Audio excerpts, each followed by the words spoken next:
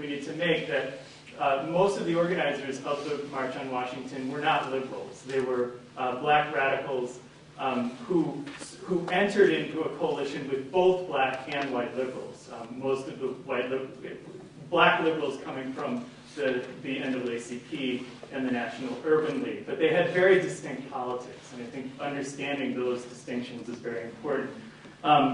By the late 1960s, Randolph and others argued that cooperation was necessary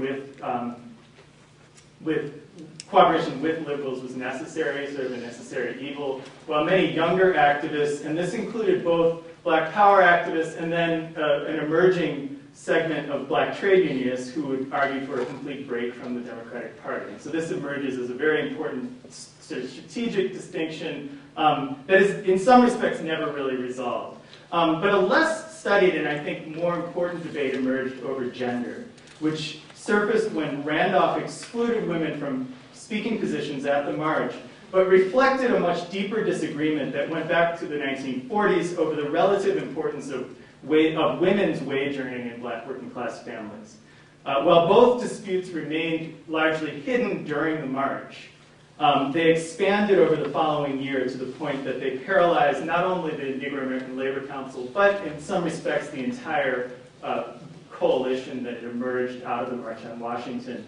And by 1965, Randolph acknowledged, as he said, the entire civil rights revolution had faced a crisis of victory that he compared to the collapse of Reconstruction in the 1870s and the institutionalization of the industrial union movement in the 1940s. So I think in some respects, the history of the Negro American Labor Council and its initiation of the March on Washington forces us to invert this revisionist claim that civil rights activists linked economic and racial politics more effectively in the 1940s and the late 1960s than they did during the classical phase.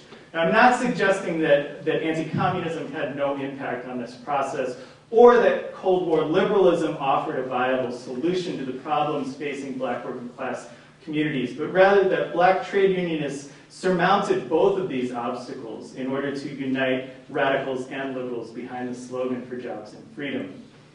Furthermore, I think it indicates that the greatest challenges came not from external forces, but from real strategic and tactical disagreements within their own ranks over the relationship to liberals in the Democratic Party and to organized labor, and their adherence to a male breadwinning model.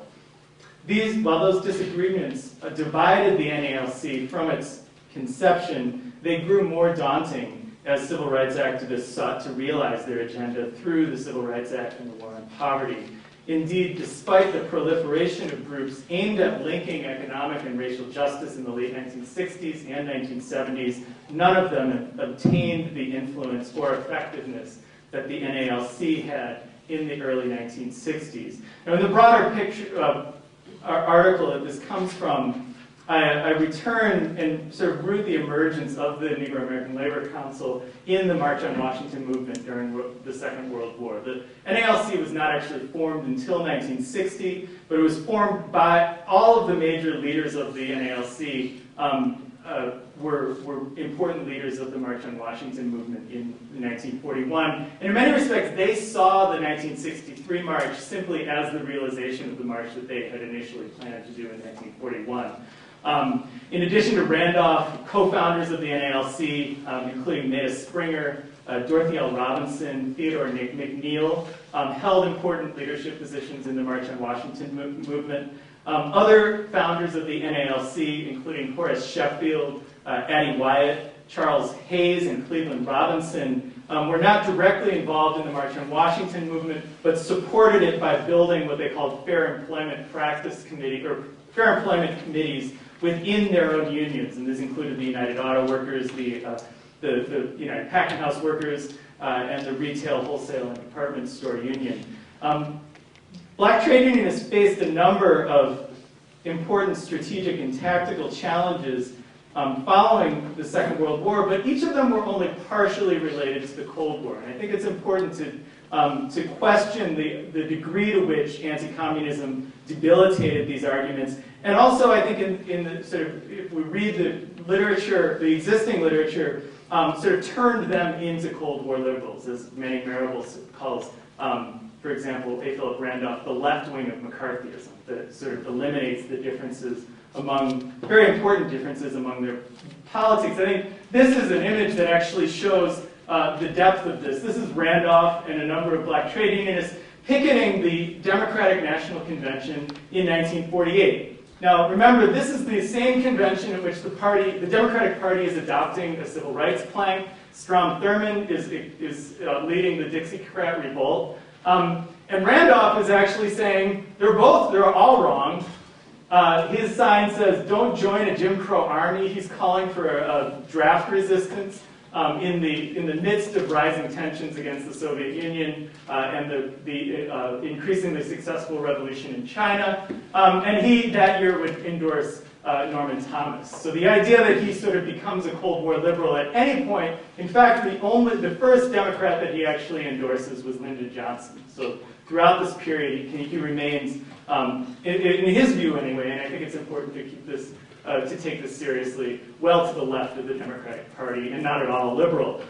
Similarly, Maida Springer, Ella Baker, Polly Murray, all of them allied with Jay Lovestone, who was expelled from the Communist Party for exposing Stalinism. She continued to ally with Lovestone both in the Trade Union Committee of the Liberal Party and the Garment Workers Union, for which she was a staff member. Horace Sheffield was a Trotskyist who helped build an anti-Stalinist movement within the United Auto Workers. Cleveland Robinson and Charles Hayes all remained, avoided direct conflicts with communists within their own unions. So they belonged to unions and worked within unions that were led by communists. They avoided these sort of direct conflicts with them, although they maintained enough distance to stay within the leadership of their unions when their unions turned anti-communist. So they held were able to distance themselves enough. So this did not make these people sort of Cold War liberals, and they never saw themselves as liberals or moderates. What they did, I think, much more difficult to reconcile than these sort of questions about anti-communism were differing views about gender. And historian Dorothy Sue Cobble points out that the Second World War disrupted a long-standing consensus among liberals and leftists in the United States who believed that the most effective way to end poverty in working class communities was to ensure that men could earn a family wage. And this had been a strategy on both the left and among liberals since the early 20th century. As increasing numbers of women entered the paid workforce and rose into leadership positions in their unions, labor feminists worked to, in Cobble's words, to decenter or degender family wages by insisting that women also be recognized both as workers and supporters of families. March on Washington movement leader Anna Arnold Hedgeman contended that black women were particularly affected by this shift, a claim that was supported by the prominent role that Maida Springer, Dorothy Robinson, Addie Wyatt, and other black trade unionists played in this early labor feminist movement, and they would remain really important figures in feminist politics through the 1960s.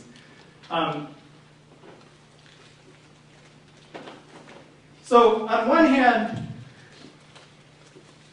we see black trade unionists operating fairly effectively in the late 1940s, 1950s, in some respects by adopting an anti-communist politics that allowed them to, in some ways, navigate the Cold War. At the same time, they're becoming increasingly divided over the questions of gender that are raised by these economic politics. In a sense, if you raise the question of employment, then the question becomes employment for who? And this becomes a really critical issue for these trade unionists who are dealing with this in the 1950s.